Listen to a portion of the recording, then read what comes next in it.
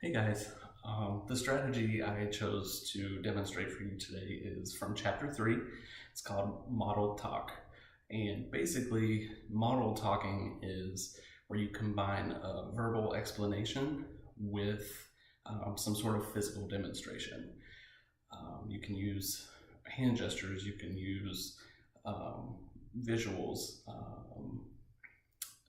arts and crafts, and anything that you want your students to create. You're explaining it to them, but also showing them what they're supposed to do. And model talk is really pretty common, and it's a really effective strategy for not only ELLs, but just students in general, because it allows them to see what's expected and what they need to do while you as the teacher are doing it. And it goes a little something like this. All right, class, so yesterday, if you remember, we were talking about instructions, and we were talking about how important it is to follow a set of instructions in order to achieve a specific result.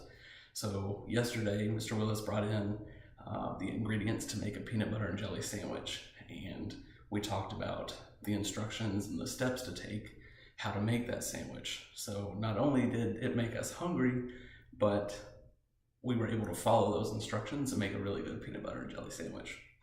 So today we are going to make our own instruction books. And on each of your desks, you'll have a sheet of paper. Now, your instruction book doesn't have to be about peanut butter and jelly, right? Right. You can write it about anything you want. How to make slime, how to pour a bowl of cereal, anything that you want to write about, you can do it in your instruction book. So I want you to take that sheet of paper and hold it sideways in front of you, just like this. And we're going to fold this paper right in half. So it'll look just like this once you fold it in half. Make sure you don't do it this way.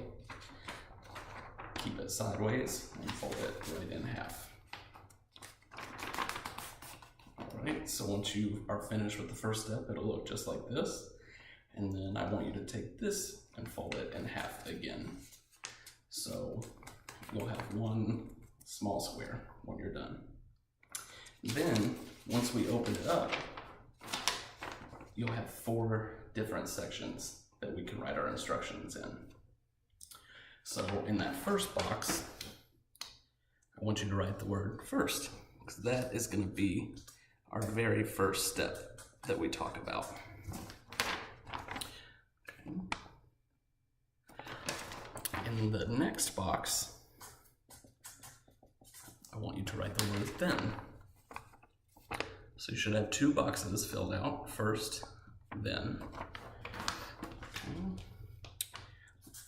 Then, moving down to the bottom row, underneath the top section, I want you to write the word next. And finally, in that last empty box, I want you to write the word last. So now you have your instruction book and it's ready to get filled out. We're going to have 4 sections: first, then, next, and last. Essentially, this is how they would create their instruction book. They can draw pictures, they can write sentences, but that act of showing them how to create that book is model talking. And it's a really good strategy for students, just because it helps to alleviate some of the anxiety that they have, or the uncertainty about not knowing how to create something on their own, and this way they can see it done right in front of them. And also, model talk for effective teachers, it just kind of comes second nature. With a little bit of practice, you'll just be doing it without even realizing it. So, and there you have it. That's model talk.